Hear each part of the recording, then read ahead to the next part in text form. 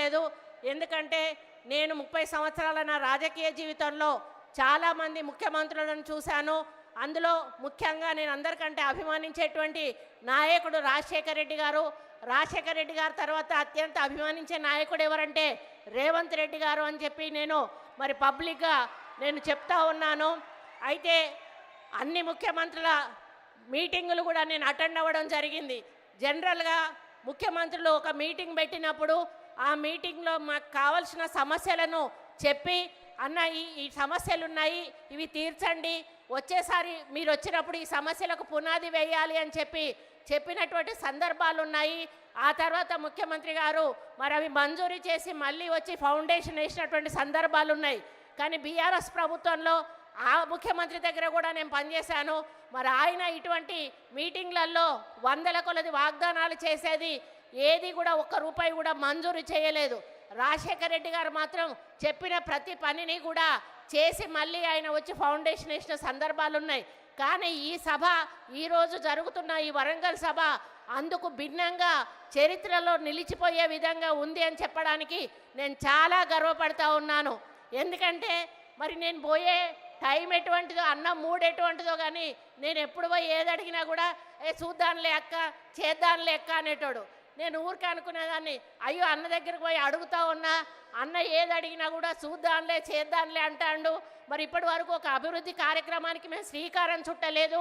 మరి ప్రజలకు మేము ఏ విధంగా సమాధానం చెప్పుకోవాలని పదే పదే నేను మదన పడతా ఉండేదాన్ని. కాకపోతే ఆయనతో ఎప్పుడు వెహికల్లో ఎక్కినప్పుడు కూడా ఆయన ఒకటే మాట చెప్పేవాడు, అక్క హైదరాబాదు మనం ఏమీ చెయ్యలేము, కానీ వరంగల్ నగరాన్ని మాత్రం మనం ఏ విధంగా అంటే ఆ విధంగా రూపుదిద్దుకునే అవకాశం ఉంది.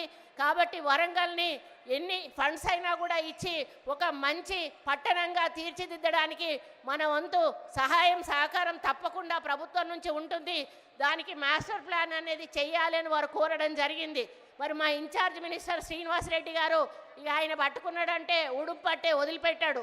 ఇక అధికారుల వెంటపడి వేటాడి మరి మమ్మల్ని పదే పదే రివ్యూ మీటింగ్స్ పెట్టించి మాకు ఒక ప్రణాళిక అంటూ సిద్ధం చేసి ముఖ్యమంత్రి గారి దృష్టికి తీసుకుపోవడం జరిగింది. మరి ముఖ్యమంత్రి 19వ తారీఖు వస్తున్నారు అంటే జనరల్గా ఏదో మహిళలకు సంబంధించిన మీటింగ్ పెట్టి వెళ్ళిపోతారేమో అని నేను అనుకున్నాను. కానీ గత వారం రోజుల నుంచి సెక్రటేరియట్లో జరిగిన హడావిటి అంతా ఇంత కాదు అని చెప్పక తప్పదు.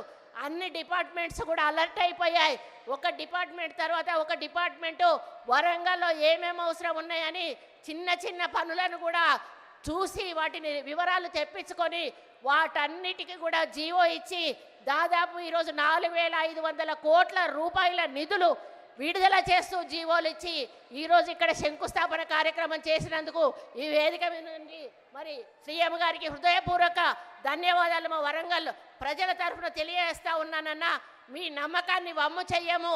తప్పకుండా ఈ యొక్క వరంగల్ నగరాన్ని పట్టణంగా రూపుదిద్దడానికి ఇక్కడి మంత్రులుగా సీనన్న గారి నాయకత్వంలో